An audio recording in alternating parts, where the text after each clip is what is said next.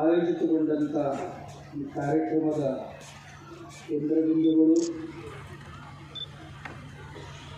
ಕಾರಣಕರ್ತೃಗಳು ಆದಂಥ ಪೂಜ್ಯ ಭಾರತೀಯ ಅಕ್ಕಗಳವರ ಅಡಿದಾವಳಿಗಳಲ್ಲಿ ವಂದಿಸಿ, ಸನ್ನಿಧಾನದಲ್ಲಿ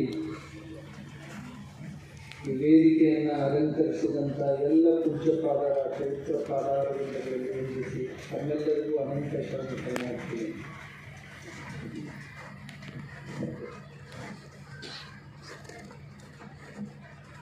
ನಮ್ಮ ದೇಶ ಸಾಧು ಸತ್ಪುರುಷರ ದೇಶ.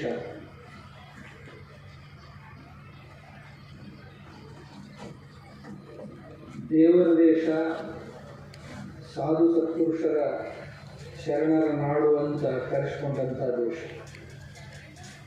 ಅದರಲ್ಲಿಯೂ ಸಹಿತ ಈ ನಾಡಿನಲ್ಲಿ ಹೆಜ್ಜೆ ಹೆಜ್ಜೆಗೆ ಮಠಗಳು, ಹೆಜ್ಜೆ ಹೆಜ್ಜೆಗೆ ಪೂಜ್ಯರು. ಅವರು ತಮ್ಮ ತಪೋಬಲದಿಂದ, ತಮ್ಮ ಜ್ಞಾನದ ಬಲದಿಂದ ಕ್ಷೇತ್ರಗಳನ್ನು ಬೆಳೆಸ್ತಾರೆ. ಅಂದರೆ ಕೇವಲ ಕಟ್ಟಡಗಳು ಅಂತ ಅದರ ಅರ್ಥ ಅಲ್ಲ. ಇಲ್ಲೇನು ಕುಂತವಲ್ಲ ಇವೆಲ್ಲ ಒಂದೊಂದು ಕಟ್ಟಡಗಳೇ. ಅವ್ರು ನಾವು ಗಂಡಾಳ ಇರಲಿ ಹೆಣ್ಣಾಳ ಇರಲಿ, ನಮ್ಮ ಮನೆ ನಮ್ಮೆಲ್ಲರ ಹೃದಯದಲ್ಲಿ ಏನು ಅಧ್ಯಾತ್ಮದ ಇಟ್ಟಿಗೆಗಳನ್ನು ಇಟ್ಟು ಕಟ್ಟಡ ಕಟ್ಟಿದ್ದಾರೆ, ಅದು ನಿಜವಾದ ನಿರ್ಮಾಣ. ಪೂಜ್ಯರು 50ರ ನಂತರದ ದಶಕದಲ್ಲಿ, ಸುಮಾರು 50ರ ದಶಕದಲ್ಲಿ ಹುಬ್ಬಳ್ಳಿಯಲ್ಲಿ ಗುರುನಾಥ ಆರೂಢರ ಸೇವೆಯನ್ನು ಮಾಡ್ತಾ ಮಾಡ್ತಾ ಮಾಡ್ತಾ ಬೆಂಗಳೂರಿಗೆ ಹೋಗಿ ವಿದ್ವತ್ತನ್ನು ಮುಗಿಸ್ಕೊಂಡು ಬರುವಷ್ಟರಲ್ಲಿ ಇಂಚಲ ಮಠ ಅವರಿಗಾಗಿ ಕಾಯ್ತಾ ಇತ್ತು. ಅದರ ಜೊತೆಗೆ ಸುಮಾರು ಮಠಗಳು ಅವರನ್ನು ಹುಡುಕೊಂಡು ಬಂದು, ಅದು ಬೆಂಗಳೂರಿನ ಮಠ ಆಗಿರಬಹುದು, ಆರೋಗ್ಯರಿಗಾಗಿರಬಹುದು, ಬಳ್ಳಾರಿಗಾಗಿರಬಹುದು, ಹಂಪಿಗಾಗಿರಬಹುದು, ಇನ್ನು ದಾವಣಗೆರೆ ಮುಂತಾದಂಥ ನೂರಾರು ಮಠಗಳು ಪೂಜ್ಯರನ್ನು ಅರಸ್ತಾ ಬಂದು. ಯಾಕೆ ಬಂದು ಅಂದ್ರೆ, ಪೂಜ್ಯರು ಭಕ್ತರನ್ನು ಏನು ಪ್ರೀತಿಸಿದ್ರಲ್ಲ, ಆ ಪ್ರೀತಿಯನ್ನು ಮಾಡಲಿಕ್ಕೆ ನಮ್ಗೆ ಆಗೋದಿಲ್ಲ ಅಂತ ನನ್ನ ಸ್ಥಳದಲ್ಲಿ.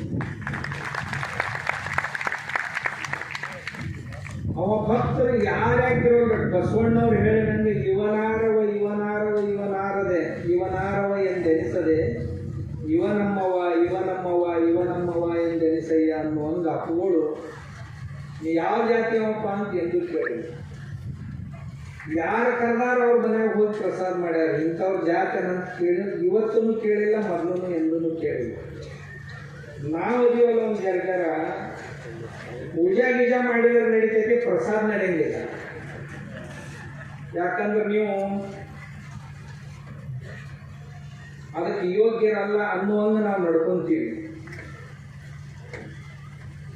ಆದ್ರೆ ಅಪ್ಪುಗಳು ಯಾರನ್ನು ಎಂದು ಕೇಳಿಲ್ಲ. ಇದು ಒಂದು ಚಿಕ್ಕ ಮಠ. ನಾವೀಗೊಂದು 40 ವರ್ಷದಿಂದ ಬರ್ತಿದ್ದೀವಿ.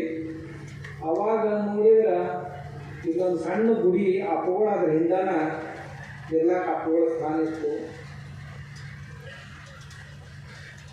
ಮಹಾತ್ಮರು ಮನಸ್ಸು ಮಾಡಿದ್ರೆ ಏನಾಗ್ತೈತಿ ಅಂತಂದ್ರೆ, ಇದು ಕಟ್ಟಡಗಳು ಆಗಿದ್ದೆ ನನಗೆ ಬಹಳ ದೊಡ್ಡ ಮಾತು ಅನಿಸೋದಿಲ್ಲ.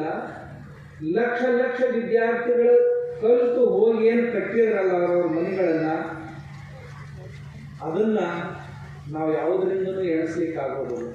ಒಂದು ವೇಳೆ ಆ ಶಿಕ್ಷಣ, ಈ ಶಿಕ್ಷಣ ಸಂಸ್ಥೆಗೆ ಸಾವಿರಾರು ಜನ ಶಿಕ್ಷಕರು ತಯಾರಾದರು. ಯಾವ ಕಾಲೇಜ್, TCH ಕಾಲೇಜ್ ಎಲ್ಲಿ ಇರಲಿಲ್ಲ, ಅವಾಗಿನ TCH ಕಾಲೇಜ್ ಅಪ್ಪುಗಳು ಮಾಡಿದ್ದು. ಅಲ್ಲಿ ಕಲಿತು ಹೋದ ಮಾಸ್ತರ್ಗಳು ಎಷ್ಟು ಮಂದಿ ಅದಾರ ಅದಕ್ಕೆ ಲೆಕ್ಕಿಲ್ಲ. ಒಬ್ಬೊಬ್ಬ ಮಾಸ್ತರ್ ಒಂದೊಂದು ಶಾಲೆ ನಡೆಸ್ಯಾರಂದಾಗ ಸಾವಿರ ವಿದ್ಯಾರ್ಥಿಗಳನ್ನ 4,000 ವಿದ್ಯಾರ್ಥಿಗಳನ್ನ ತಯಾರು ಮಾಡ್ಯಾರ ಅಂತಿಲ್ಲ.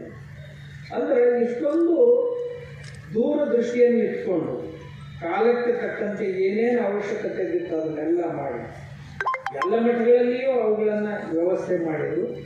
ಅವರು ಮಾತ್ರ ಯಾವ ಮಠದಾಗೂ ನಿಂತಿರಲಿಲ್ಲ. ಮತ್ತು ಇವತ್ತೂ ಇಲ್ಲ. ನಾ ಕೇಳಿದ ಅವನು ಆಗಲೇ ಆಗಿಲ್ಲ ನಾನು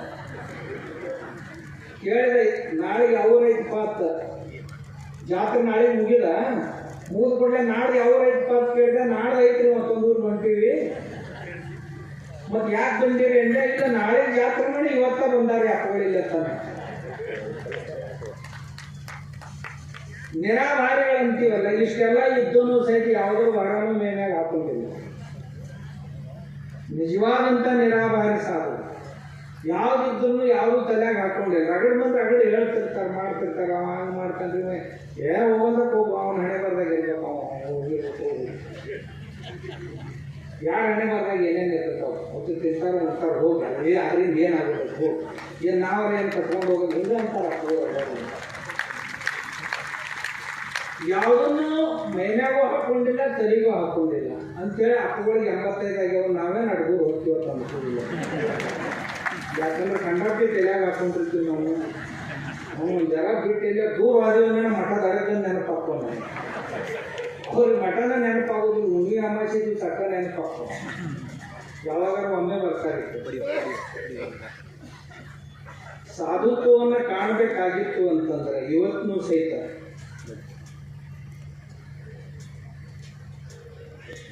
ನಿಮ್ಮೊಳಗೆ ಹೆಂಗೆ ಭಾಳ ವೆರೈಟಿ ಅದಾವ, ನಮ್ಮಲ್ಲಿ ಭಾಳ ವೆರೈಟಿ ಅದಾವ.